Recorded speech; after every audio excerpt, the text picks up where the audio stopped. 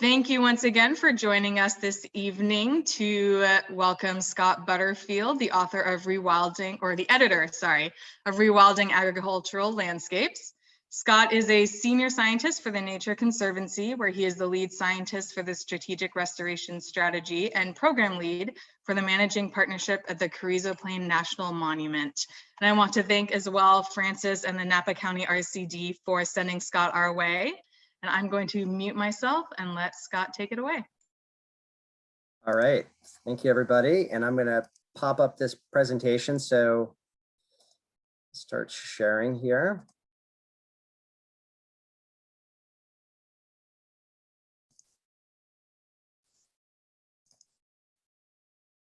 All right, so is everybody seeing the screen? Just give me some thumbs up if that's a yes.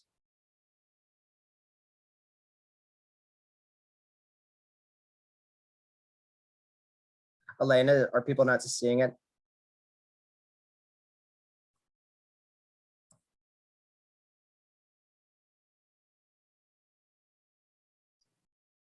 It says it started screen sharing, but we're not seeing anything but the black screen unless other folks see something different. I would try it again. Try it again here.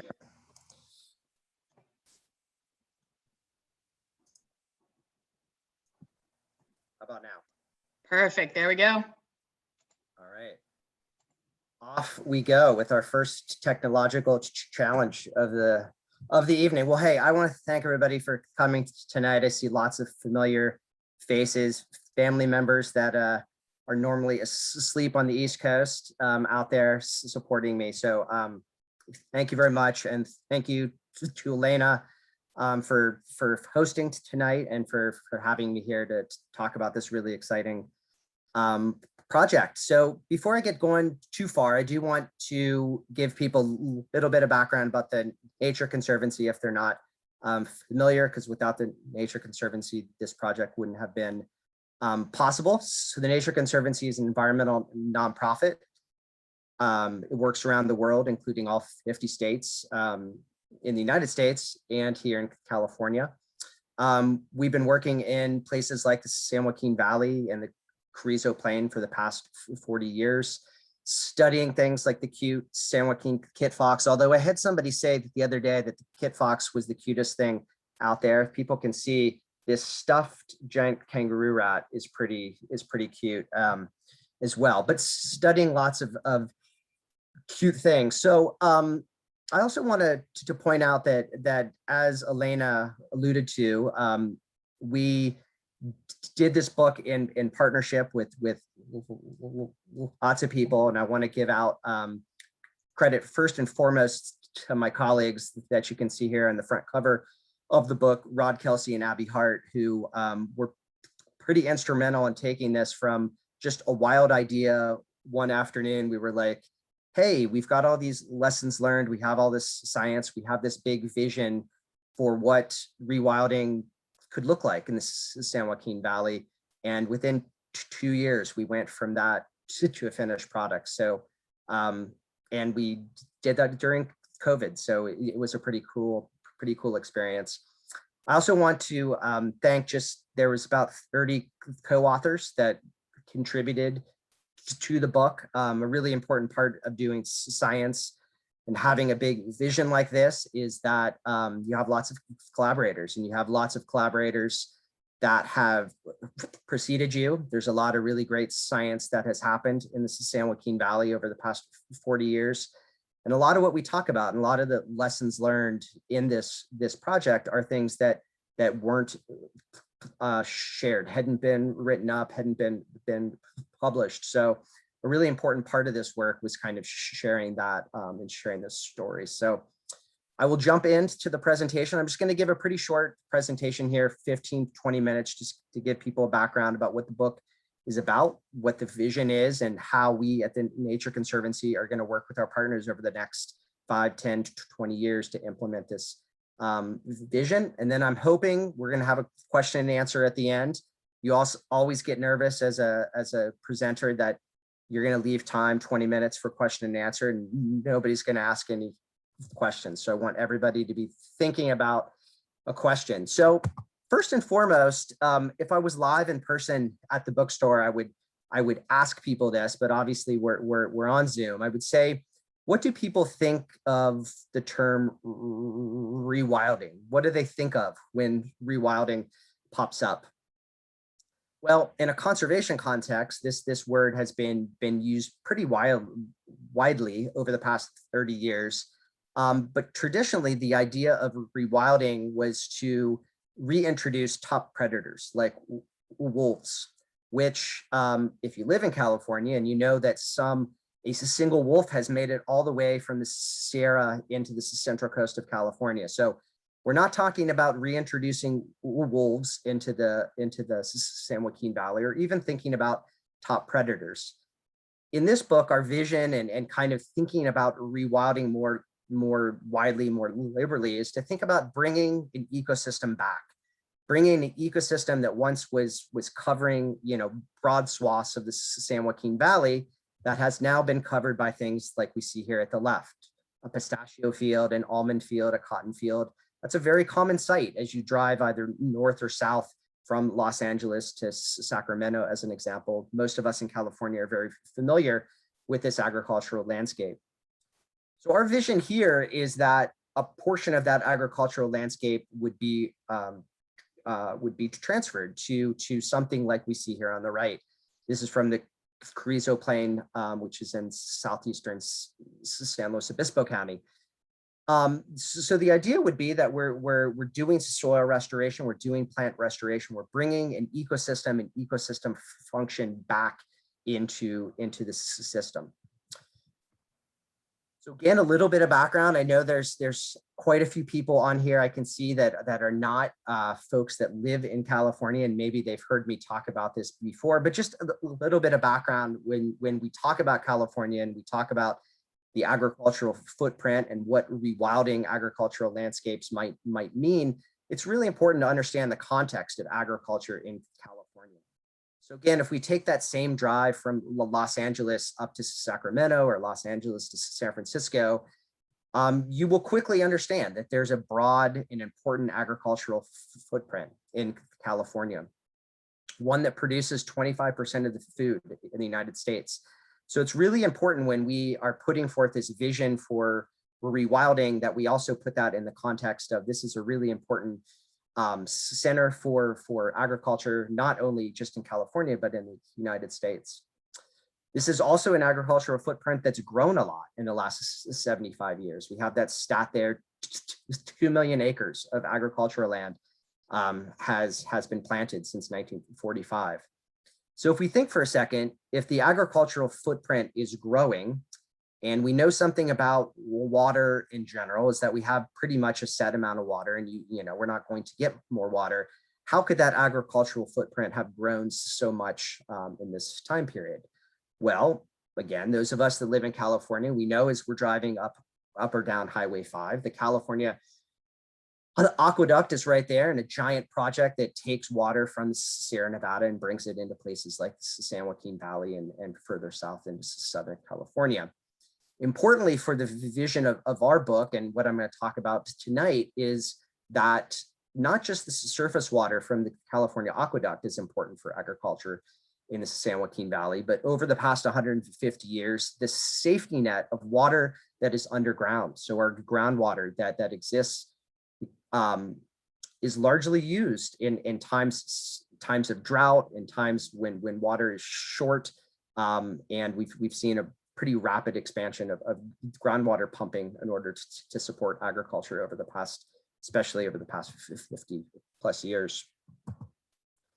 So if I'm talking about this agricultural footprint being so large and so important, and it's grown so much, that obviously comes at the expense of a number of things.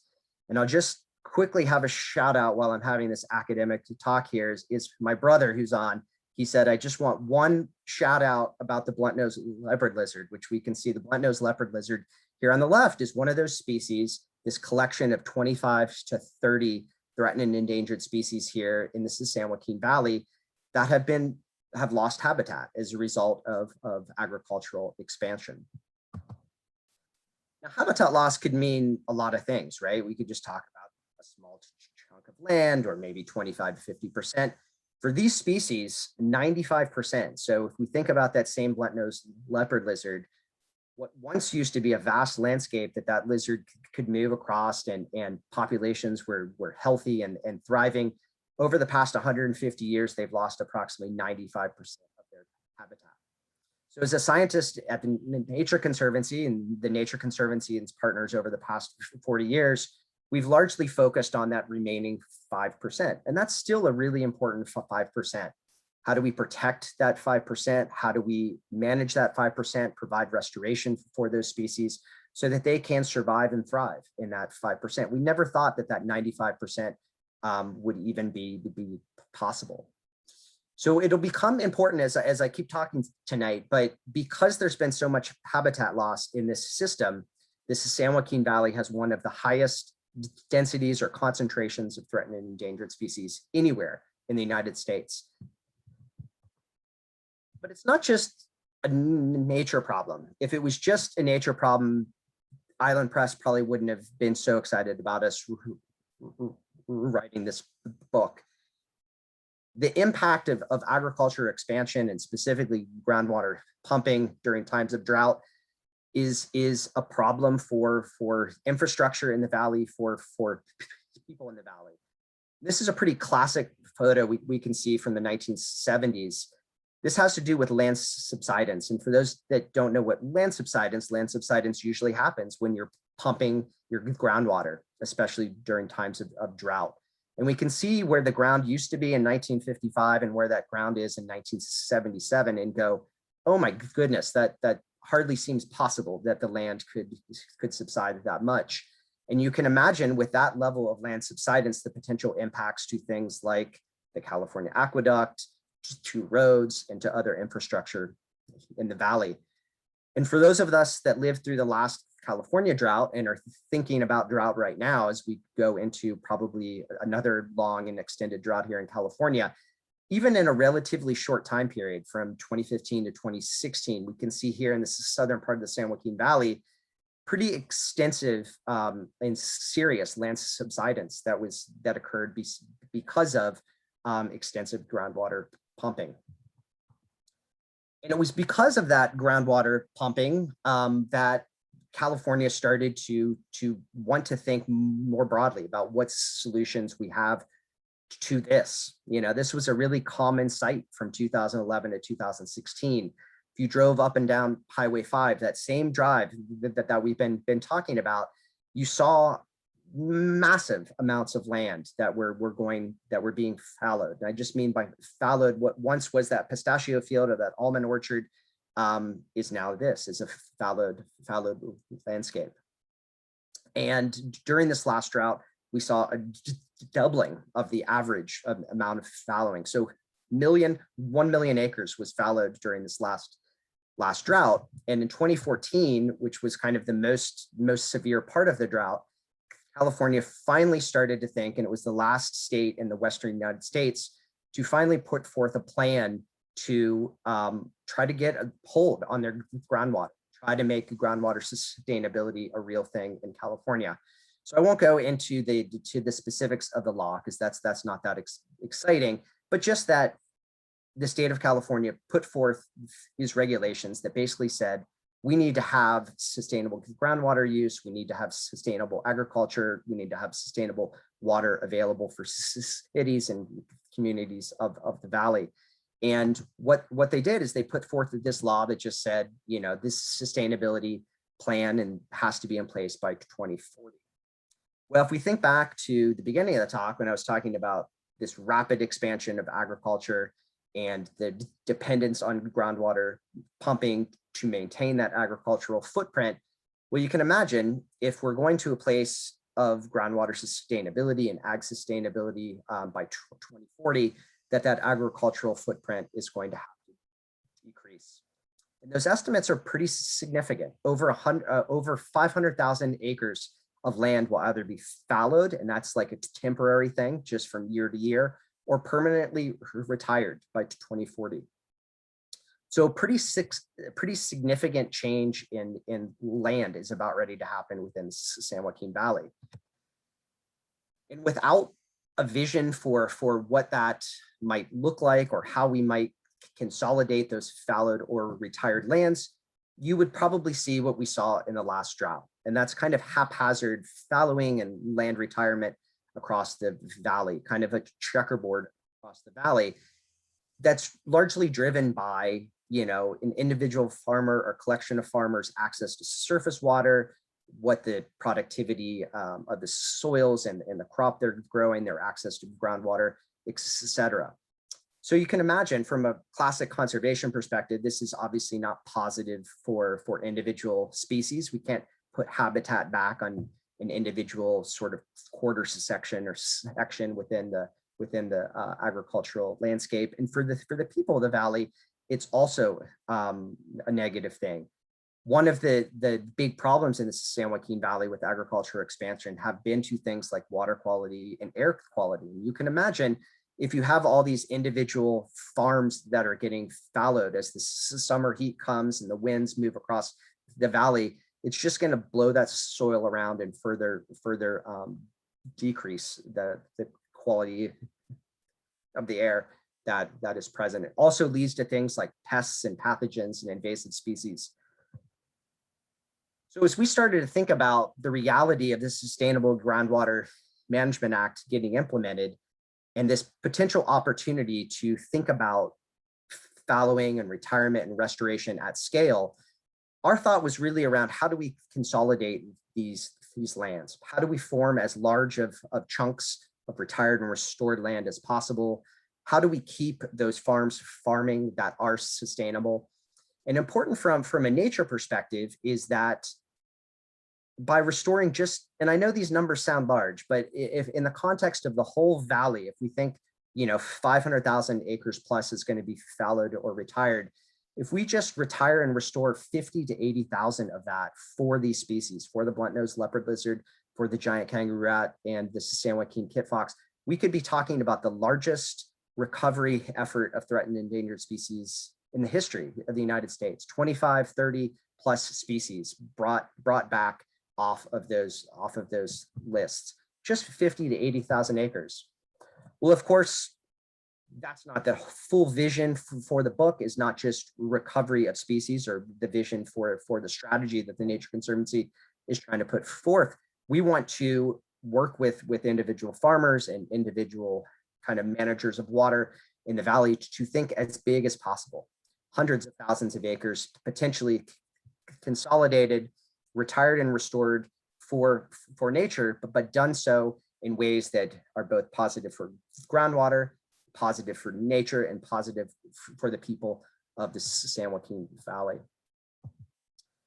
So one thing that the Nature Conservancy is really good at is kind of the conservation planning. So thinking about where on the landscape we can get these win-win-wins.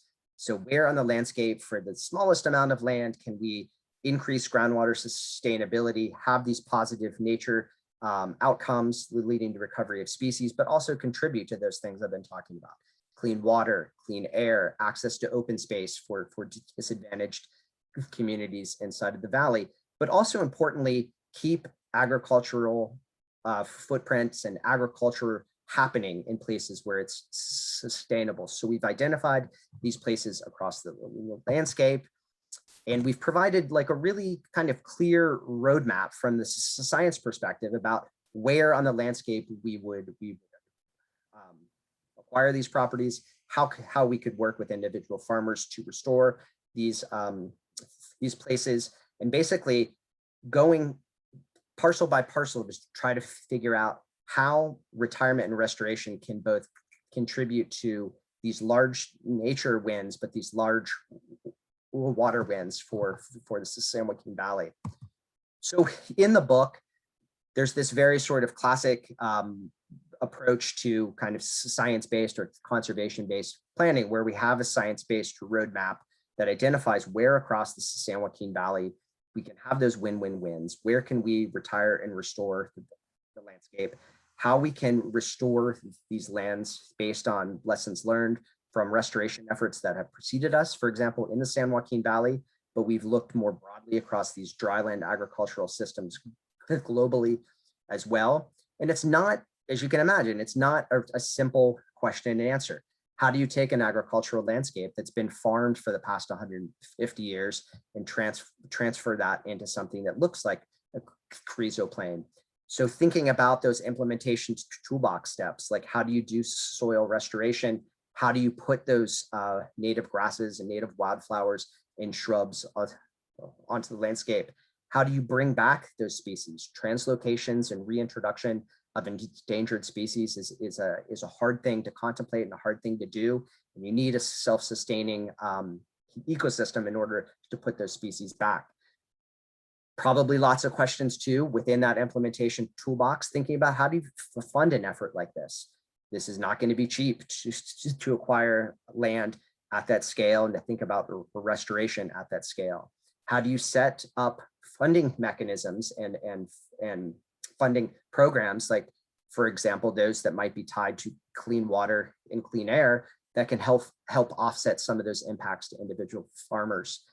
One of the ideas that we put forth is this idea of, if you imagine restoration at this scale, 50,000, 80,000 acres, 100,000 acres or more, obviously you're going to have a lot of seed, a lot of native plants grown. So one idea would be you have these kind of regional greenhouses or industrial scale farming fields where instead of growing pistachios and almonds and cotton and other agricultural products, that you're growing these native species. So that might be one way to keep farmers farming within the San Joaquin Valley. Now, this last box is probably the most important box, and I get this question all the time, is, are farmers and are the people of the San Joaquin Valley really going to be interested in this?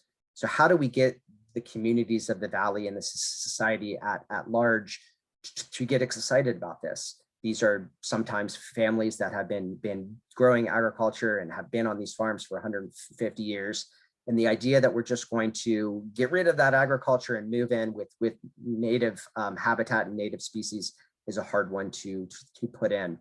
So the pilot projects that we're starting to think about and the partnerships we're starting to establish are really, really important. It's really important to select those first one or two projects that show how we can go from an agricultural system, for example, to native habitat, and how we can work with those individual farmers that may want to stay, may want to have a portion of their property still in farming. How do we offset those impacts? Conversations around things like solar energy. How do we develop solar energy as a way to sort of offset these impacts? But that's definitely going to be the hardest part of this vision, is how do we go from a landscape that's clearly not sustainable, but is a really important economic engine in California and a really important cultural footprint for a lot of the people in the Valley. So that's going to be a really important part of not just writing a book, but sort of implementing that vision. So that's the end of like my initial talk. So I'm going to open it up for questions at this point. Thank you guys for listening. Thank you so much, Scott. So I don't have any questions or comments in the chat box. So if anybody wants to unmute and just ask away, go for it. Now's your time.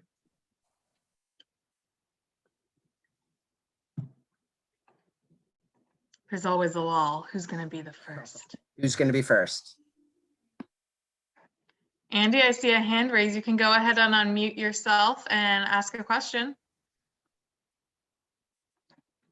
I appreciate that. If you don't mind, I'll defer for a moment, maybe to something I saw in the chat, and then maybe I can ask after that first chat question. Sure. So Steve says, is there a blueprint for something similar, even at smaller scale? Yeah, I mean, I think there's definitely going to be, I mean, you can have a vision for a really large scale for 50 to 80,000 acres, 100,000 acres, but certainly some of the initial pilot projects that we're thinking about in individual counties and with individual farmers are on much smaller scales than what we're contemplating the whole project being. Yeah, so I think there's definitely opportunity to start small and to grow large, eventually. Thank you. I'm going to ask Allison's question and then we'll get to Andy's. Are you or any of your colleagues familiar with aquaponics, seaweed farming, etc., as a way to reduce land and water use and provide an alternative line of work for some of those currently working in agriculture in California? What are your thoughts on this practice, and do you think there's any appetite for it in the agriculture community? I'm unfortunately not familiar with that, so I don't. So we'll just need to find an aquaponics expert and get them to come and do an event with us. That's right. Okay, so Andy, you want to go ahead and ask? Yes, thank you. I'll go ahead because I now see a couple more coming in the chat, but let me bring up something that I just heard. Scott, I heard you, I think maybe say, and also on one of the very last slides, that you guys have a lot of experience from the MLPA or the MPAs of this state, the 124 off-coast areas, that have been protected. I actually, am familiar with a book from your publisher last year on the California MPAs called Beyond Polarization. And I think I want to relate what you said on that slide about your experience with MPAs to also what you said about a question you get a lot, which is that how are the farmers going to react to this?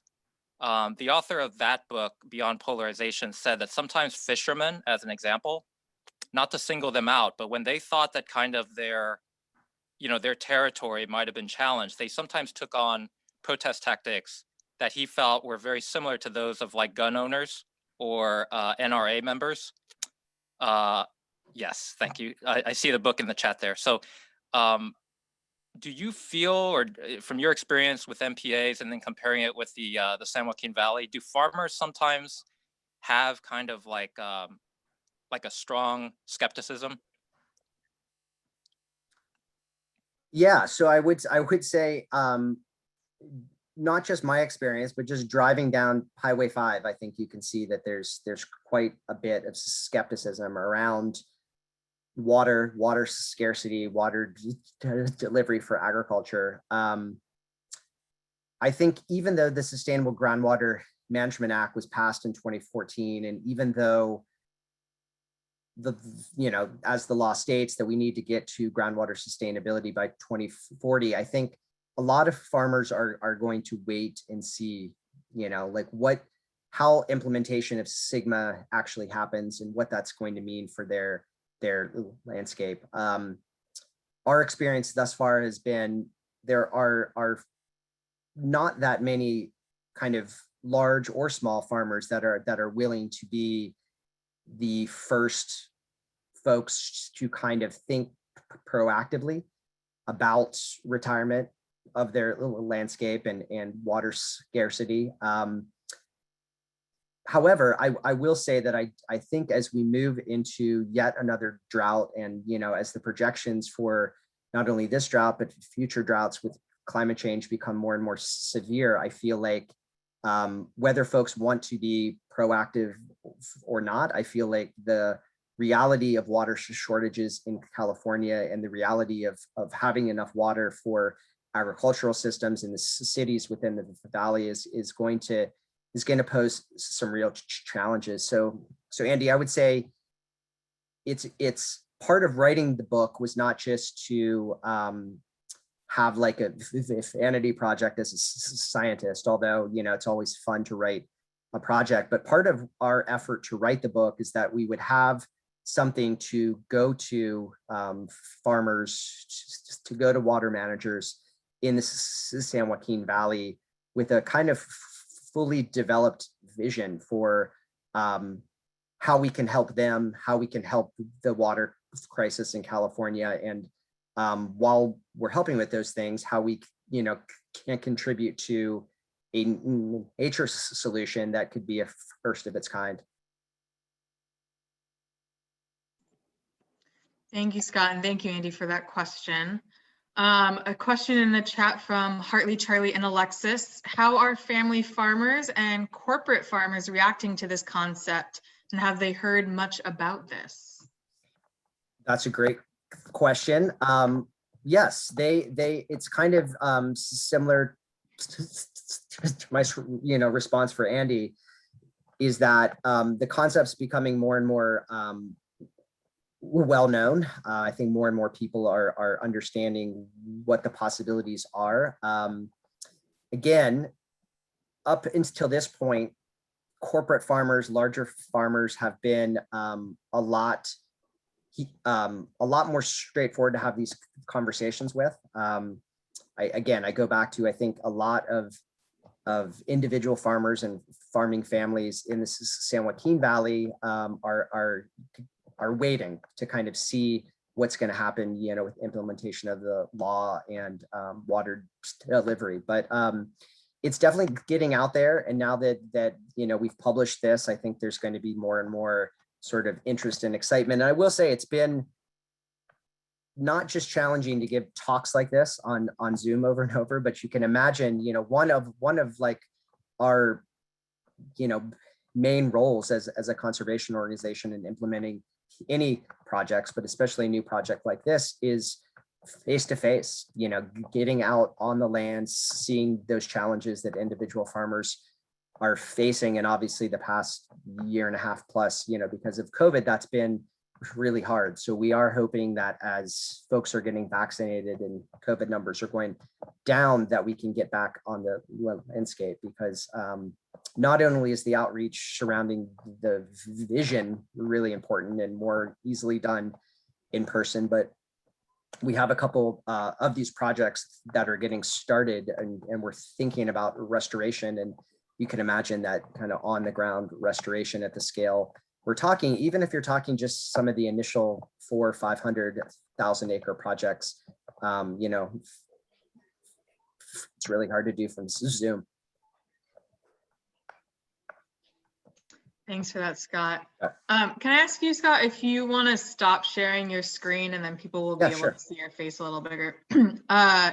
So next comment really is from Sophie, who says, great presentation, Scott. I agree, Sophie. I'm curious about what opportunities might be available in the new Biden infrastructure plan for restoration and rewilding. This kind of thing, i.e. soil conservation, tree planting, was an important part of FDR's New Deal. Yes, so that's a great question from Sophie, a colleague at the Nature Conservancy. So yeah, I mean, I think there's a lot of opportunity. I think obviously without getting, talking too specifically about the administration that preceded us versus the administration that is current, but let's just say there's going to be lots more opportunity, not just for funding through acquisition, for example, but there's going to be lots more funding and lots more excitement around funding for restoration efforts. Thank you. Ron, yeah, go ahead and squeeze in. So my belief and studied understanding is that the three domains of the environmental, economic, and social, that the economic and social live within and are dependent upon healthy environmental ecology, global and local. And the notion of rewilding runs into the notion that the activities of our European ancestors in conquering the wild. So, I mean, that's a huge climb. So how many other organizations like yours or institutions are discussing that? Yeah, that's a great question, Ron. There are lots of organizations, lots of conservation nonprofits, state agencies, federal agencies, county groups. This is the concept of rewilding, and the vision that we're putting forth in the book is not a simple one. It's going to take a lot of work from very local scales all the way up to, kind of the scales of the state and to talking about federal support for these efforts. So I would just say, yes, there's lots of partners involved. There's lots of expertise we're going to have to draw from. And I would just point back to, that was one of the reasons why we specifically tried to develop a book in partnership with lots of different people. We didn't just want this to be a Nature Conservancy or an environmental nonprofit based book that, quite frankly, a farmer in the San Joaquin Valley or a legislator in Sacramento might just be like, oh, yet another environmental nonprofit with a really great idea, but not a lot of support for it. So we've tried to cover, as many different types of groups as possible as part of that. Second part of my question is, my assumption is that rewilding is within the notion of sustainability, planet and local. And there again, that runs into our interest in money and economics. Although we love the land, and I grew up working in the Central Valley, working in agriculture. My father loved land not to build anything, but to plant something. I here in the Napa Valley, it's about money, and it's viticulture, wine grape viticulture. So are you looking globally into the far future about sustainability of the planet? I would say yes. I think I am, and our organization is thinking about the global ramifications of this. I think the vision we're putting forth for groundwater sustainability, nature conservation, and increasing things like clean water, clean air, and access to open space for the people of the San Joaquin Valley can be transferred to these sort of dryland agricultural systems, not only in California and the Western United States, but globally as well. I think a really important part of our book and our vision is I had somebody talk about the other day that after they had read the book and we were talking about it some, that our concept of rewilding, about bringing ecosystems back and ecosystem function, is great. And that sounds great. But what's really important when we think about the San Joaquin Valley is rewilding hearts and minds within the San Joaquin Valley, getting the people in the valley to care about this for very simple reasons that I think a lot of us take for granted. Clean water, clean air. Like, just think about like living wherever people live, but think about in the Napa Valley, your opportunity to walk out of your house, to take a hike, enjoy the open space.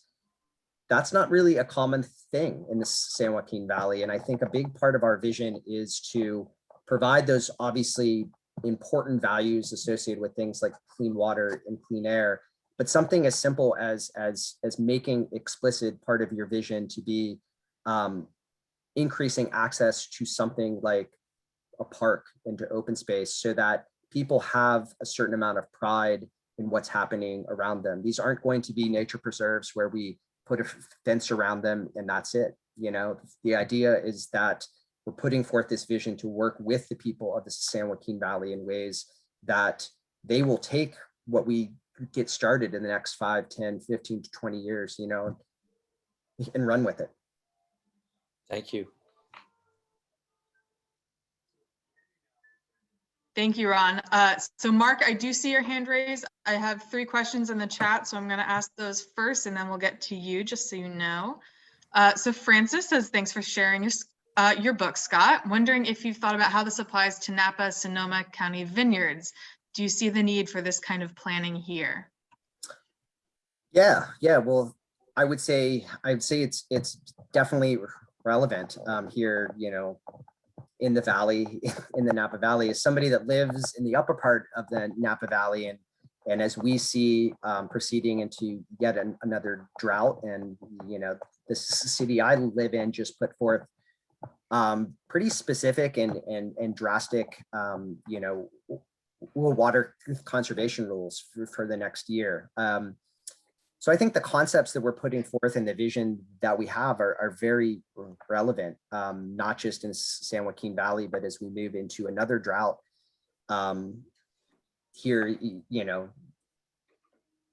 that it's very relevant to not only how we grow agriculture in the San Joaquin Valley, but what our ag footprint and what our water future looks like here in the Napa Valley. I will say it will probably be just as challenging or more challenging to get kind of large grape growers excited about a concept like this. I think it takes that moment where water has been a more severe issue for a longer time period in the Central Valley, in the San Joaquin Valley.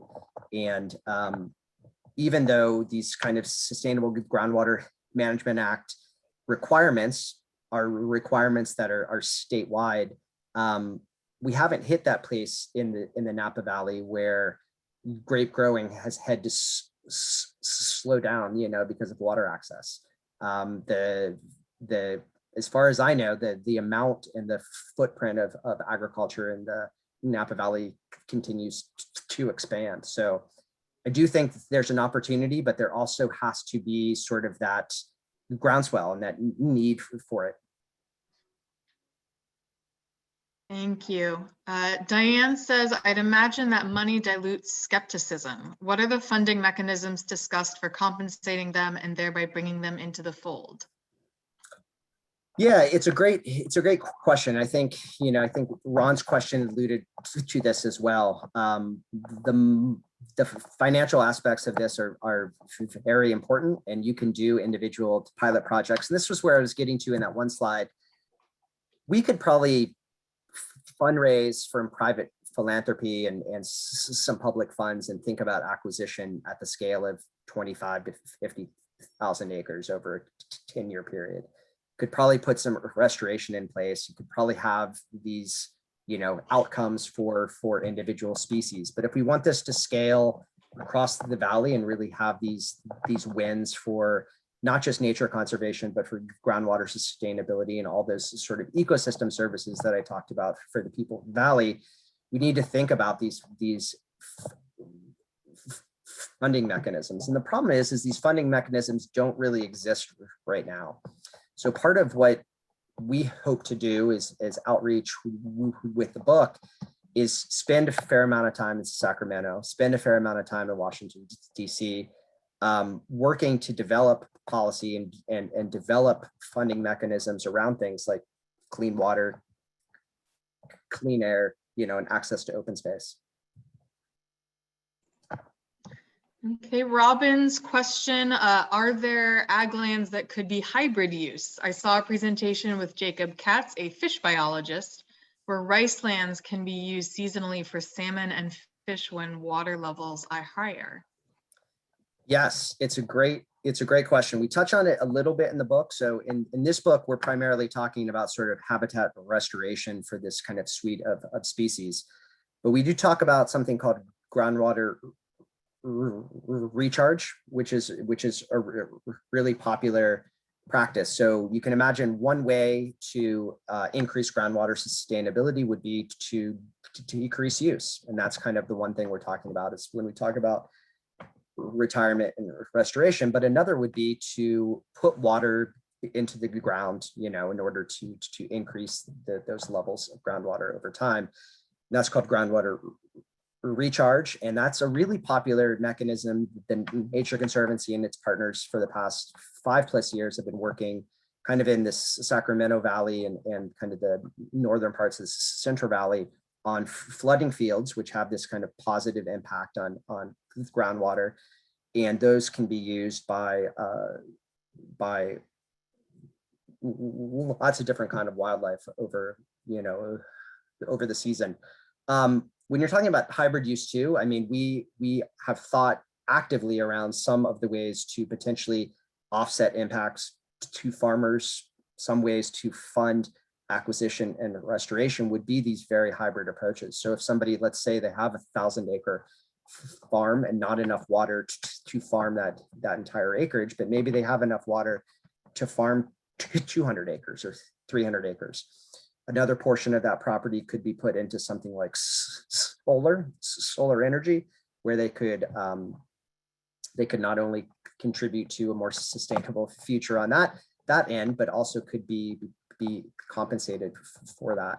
And we've had thoughts about sort of building incentives that by kind of streamlining things like the permitting of solar energy in those contexts, that they would then be required as an offset to put a portion of the amount of money that they would get, for example, from the solar energy field into things like habitat acquisition and restoration. So yeah, I think the hybrid use is going to be a very popular one over time. I think you'll probably still have those kind of classic acquisitions of 5,000 to 10,000 acres and retirement and restoration. But when we're thinking about individual farmers and individual farm fields, I think that hybrid use is going to be a popular one.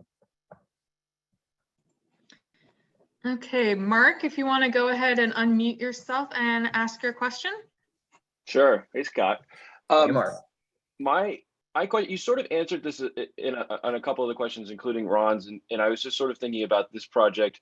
I drive up and down, these roads. I live in Los Angeles, and I go back and forth, and I see this going on, and then I start to think about these projects, these sort of smaller projects, and then how to sell them like on a wider scale, and thinking about ecology and I guess my question is sort of about how to encourage sort of the larger population outside of the valley without feeling to support these projects without feeling like it's people in Los Angeles or water hogs in LA who are telling people in the valley how to sort of run their lives and who's historically farmed there and do those things. And on the flip side, I sometimes think about like when we were growing up, like in the 90s and stuff, like some of these causes would get so reductive, like the spotted owl or something would become like a talking point, and how like one of these species that somebody might say like, well, what's the point of bringing back the kangaroo rat, or it becomes the butt of a joke or something. So I guess it's like, I've lived in California long enough to know a lot about the water issue. And like I said, we're on the side of people living down here who desperately need the water, but it feels sort of out of place to know how exactly to support this without feeling like we're stepping on the toes of people who have lived on those lands for many generations. So I just wondered if there was like things that we can do just to support these projects more specifically. Yeah, well, hey, it's a great question. When thinking about sort of implementing a vision like this and doing work like this in the valley, I think you bring up really good points. I mean, the Nature Conservancy often gets that sort of feedback from different places, like, oh, you environmental nonprofit from San Francisco is going to swoop into the valley and tell us how to farm and how to manage our water. I would just say we've been pretty deliberate over time and trying to form local partnerships with individual farmers, irrigation districts, those folks that are managing water, in developing those relationships so that the individual farmers don't hear from us. We're not the first people they're talking to, but they're talking to fellow farmers and fellow people that are just dealing with those issues locally.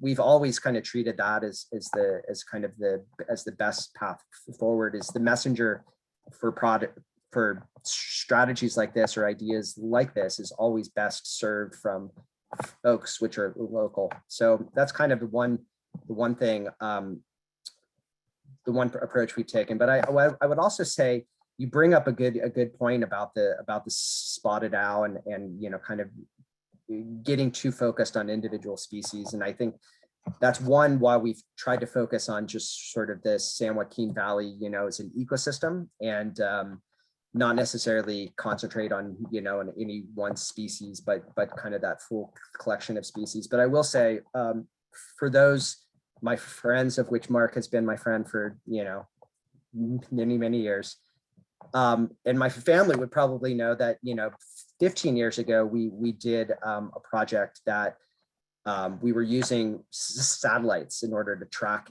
kangaroo rats, and it got picked up by the Associated Press, and this story came out, and it was called Rats from Space.